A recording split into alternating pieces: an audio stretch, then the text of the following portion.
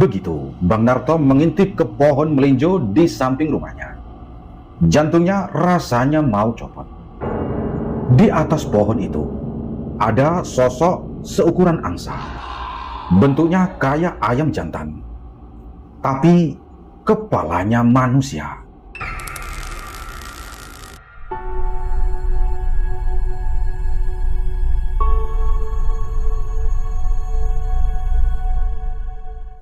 Assalamualaikum warahmatullahi wabarakatuh. Sobat CBF, cerita Bang Fawa. Gimana kabar kalian? Semoga kalian sehat selalu dan dilindungi dari mara bahaya. Malam ini Bang Fawa mau membawa kalian masuk ke dunia yang bikin sesuatu tegak berdiri, tapi bukan keadilan, yaitu bulu kuduk yang berdiri. Kita bakal bahas sosok yang sebenarnya legend, tapi saking langkanya, dia hampir punah dari tongkrongan obrolan setan di masa kini. Wujudnya seram, kelakuannya aneh, dan kalau kalian dengar suaranya, mending langsung tutup pintu rapat-rapat. Tapi ya ngomongin hantu zaman sekarang, itu masih kalah pamor sama tagihan pinjol sob. Akan tetapi hantu ini berbeda. Dia punya kelas tersendiri. Bukan hantu biasa yang cuma modal kain putih atau rambut panjang saja. Namanya itu keblak, atau dalam bahasa sini keblek. Di kalangan sesepuh tanah Jawa, nama ini tuh sudah kayak jin ifritnya Jawa. Ditakutin, tapi jarang disebut sembarangan. Keblak ini bukan setan tipe manusia kayak Mbak Kunti, tapi masuk kategori hantu jenis binatang yang dipelihara manusia. Munculnya milih-milih jam tayang. Biasanya pas larut malam, pas kalian lagi asik-asiknya scrolling TikTok sambil nahan kencing. Bentuknya gimana, Bang? Nah, ini yang bikin bingung. Ada yang bilang dia ini berwujud kayak ayam jago raksasa, dan ada yang bilang seperti kelelawar, bahkan burung gagak atau burung siluman yang mukanya ya jangan ditanya ya, nggak bakal masuk nominasi hewan lucu di kebun binatang. Bahkan ada yang percaya kalau keblak ini adalah sosok Garuda dalam wujud gaib. Persis kayak cerita-cerita Jawa kuno yang bikin merinding. Bayangkan sob, kalian lagi lapar malam-malam mau menggoreng telur. Tiba-tiba di depan dapur ada ayam jago segede gaban. Tapi mukanya kayak lagi marah ditagih utang. Mau masak nggak bisa. Mau lari kaki gemetaran. Serba salah kan? Kehadiran si keblak ini punya ciri khas. Dia tidak pakai suara nangis atau suara tertawa cekikikan. Tanda kehadirannya itu adalah suara kepakan sayap yang keras sekali sob. Sayap yang terus menghantam tanah. Bunyinya blek, blek, blek. Biasanya dia muncul di tempat-tempat yang dingin atau angker. Katanya sih, dulu keblak ini sering dipasang sama orang sakti zaman dulu untuk bisa pesugihan mencuri beras. Tapi keblak ini juga bisa untuk jadi pagar gaib atau satpam jalur langit buat jagain rumah. Jadi sistem keamanannya itu bukan pakai CCTV atau kawat berduri ya sob, tapi pakai ayam gaib. Bayangkan ada maling masuk ke rumah. Bukannya ketemu anjing pelacak, malah ketemu burung raksasa yang suaranya kayak kasur jatuh dari lantai 2. Auto tobat tuh si maling. Nah, sekarang Bang Fawa mau membawakan kisah nyata yang dialami langsung oleh salah satu kawan kita. Namanya Bang Narto. Ya, ini nama samaran ya sob. Kejadiannya ini waktu Bang Narto masih tinggal di daerah Secang, Magelang, Jawa Tengah. Persisnya di sebuah perumahan dinas. Kalau kalian membayangkan perumahan dinas itu rapi dan tenang, kalian benar. Tapi tenang di sini maksudnya tenang yang seram dan mencurigakan. Keluarga Bang Narto ini dapat jatah rumah paling pojok sob. Barisan paling belakang. Ukurannya minimalis, 6 kali 6 meter. Tapi yang gak minimalis itu pemandangannya. Di depan rumah Bang Narto terbentang tanah kosong milik pabrik seluas 4 hektar. Itu isinya bukan rumput taman estetik ya, tapi alas alias hutan kecil yang tumbuh liar. 4 hektar itu kalau dibikin lapangan futsal bisa dapat berapa puluh biji ya. Di situ isinya paket lengkap. Ada musang, luwak, ular, apalagi. Jadi kalau ayam tetangga hilang, pelakunya ini kalau nggak musang, ya mungkin makhluk halus yang mau kita bahas ini. Tapi jujur, siangnya itu surga banget sob. Bang Narto waktu pagi-pagi sambil nyeruput teh panas, dia bisa lihat pemandangan gunung berapi yang gagah sekali. Udara sejuk, tanpa polusi, serasa liburan tiap hari. Tapi ya gitu, hukum alam berlaku sob. Siang disayang Tuhan, malam dipantau setan. Begitu matahari tenggelam dan azan Isya lewat, suasana langsung berubah 180 derajat. Perumahan itu mendadak jadi kota mati, sunyi, senyap dan mencekam. Apalagi akses keluar masuknya sob. Duh, saya saja membayangkan udah males. Buat ke jalan raya harus lewat jalan sempit cuma 2 meter, menyusuri pinggir alas sejauh 100 meter. Baru di situ masuk tengah perumahan. Terus jalan lagi, hampir 1 kilometer, buat ketemu aspal jalan raya. Kalau seperti itu kejadiannya, kalau kalian lupa beli pulsa, atau tiba-tiba pengen martabak jam 10 malam di sini, mending kalian tidur lagi deh sob. Laparnya nggak seberapa, tapi uji nyalinya di jalannya itu yang bikin diet gagal total karena keringat dingin. Nah, singkat cerita, masuk ke malam kejadian. Jam menunjukkan pukul 10 malam. Bang Narto baru selesai nonton TV. Sebelum tidur, dia sikat gigi dulu di kamar mandi. Pas lagi asik-asiknya sikat gigi, tiba-tiba bluk, bluk, bluk. Suaranya persis kayak suara kepakan sayap ayam jago yang mau berkokok. Tapi muncul dari arah belakang. Bang Narto yang penasaran, dan mungkin ya agak berani-berani dikit lah, nyamperin tuh sumber suara ke dapur. Begitu sampai di dapur, suaranya pindah ke halaman depan. Bluk bluk, bluk bluk bluk bluk bluk, bluk bluk bluk bluk bluk. Bang Narto lari ke arah depan. Suaranya malah pindah ke samping rumah. Ini setan apa pemain bola sih? Lincah benar pindah-pindahnya. Nah, di sini Bang Narto mulai emosi. Dia merasa dikerjain.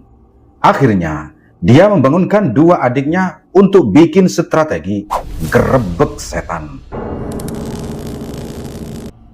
Bangun. Ada suara plek plek plek plek. Kita bagi tugas. Kamu intip rumah bagian depan, kamu intip dapur dari ruang tengah. Biar abang yang cari suara aslinya. Perintah Bang Narto kepada adik-adiknya. Strategi sudah matang. Kuping sudah tegak semua. Tiba-tiba, bruk, bruk, bruk, bruk, bruk, bruk, bruk, bruk. Suara itu muncul lagi di samping rumah. Bang Narto langsung manjat lemari kecil untuk mengintip lewat ventilasi udara. Dan pas lagi fokus ngintip-ngintipnya, wah! Adik bungsunya yang jaga di dapur tiba-tiba menjerit histeris. Dia lari tunggang langgang masuk ke kamar orang tuanya. Disusul adiknya yang besar, ikutan teriak dan lari ketakutan. Lah, ini adiknya kira-kira lihat apa ya? Tapi Bang Narto ini tetap fokus. Dia yakin setelah dari dapur dan depan, si ayam ini bakal balik lagi ke samping rumah tempat dia lagi tadi ngintip. Dan benar saja sob. Begitu Bang Narto mengintip ke pohon melinjo di samping rumahnya, jantungnya rasanya mau copot. Di atas pohon itu ada sosok seukuran angsa.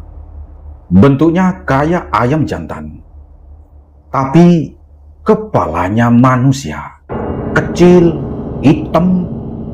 Dia lagi nangkring santuy sambil ngepakin sayapnya. Brok, brok, brok, brok, brok. Brok, brok, brok, brok. Sedetik kemudian, makhluk itu hilang di balik rimbunnya daun melinjo. Waduh, ayam kepala manusia. Itu kalau Bang Fawa yang lihat, mungkin saya bukan lari ke kamar orang tua sob, tapi langsung pindah rumah saat itu juga. Serem banget sob. Bang Narto langsung lemas. Nafasnya berat. Keringat dingin segede biji jagung. Pas dia melaporkan ke ibunya, ternyata sang ibu ini sudah tahu. Katanya emang banyak warga di situ yang sering diganggu oleh si keblak usil ini. Cuma ya gitu, karena sudah sering, warga menganggap kayak suara radio rusak saja. Sejak malam itu, Bang Narto kapok tidur malam-malam. Dia nggak mau diabsen lagi sama si ayam kepala manusia itu. Tapi sob, lama-kelamaan, Bang Narto ini penasaran juga. Penasaran sama makhluk yang somplak itu. Jiwa detektifnya meronta-ronta. Ternyata, menurut bisik-bisik tetangga, si keblak ini bukan hanya hantu yang iseng. Dia itu hantu pesugihan yang tugasnya nyolong beras orang. Bayangkan deh sob, sudah zaman canggih seperti ini, masih ada saja yang pelihara setan untuk nyolong beras. Kenapa nggak pelihara tuyul aja gitu? Kan nyolongnya duit kalau tuyul. Lebih praktis kan? Tapi ya itulah. Namanya juga ilmu hitam ya. Kadang syaratnya ini emang aneh-aneh. Mungkin majikannya ini lagi pengen buka toko sembako jalur gaib kali. Bang Narto akhirnya memutuskan untuk pasang jebakan. Malam itu, dia menaruh sekarung beras terbuka di tengah ruang tamu. Lampu dimatikan, semua pintu dikunci rapat, dan semua anggota keluarganya disuruh tidur oleh Bang Narto. Bang Narto sendiri, ya dia pura-pura tidur di balik sofa sambil meluk batu segede gaban yang sudah disiapkan dari sore. Jam menunjukkan pukul 1.30 dini hari. Suasana hening banget sob. Sampai suara detak jam dinding kedengeran kayak suara palu. Tiba-tiba, bluk, bluk, bluk, bluk, bluk, bluk. Bluk, bluk, bluk, bluk, bluk. Suara kepakan sayap itu muncul tepat di tengah ruang tamu. Dalam kegelapan, Bang Narto melihat sesosok bayangan hitam lagi asik mematok-matok beras. Begitu merasa waktunya pas, Bang Narto loncat. "Kena kau maling!" teriak Bang Narto sambil melemparkan batu sekuat tenaga ke arah makhluk itu.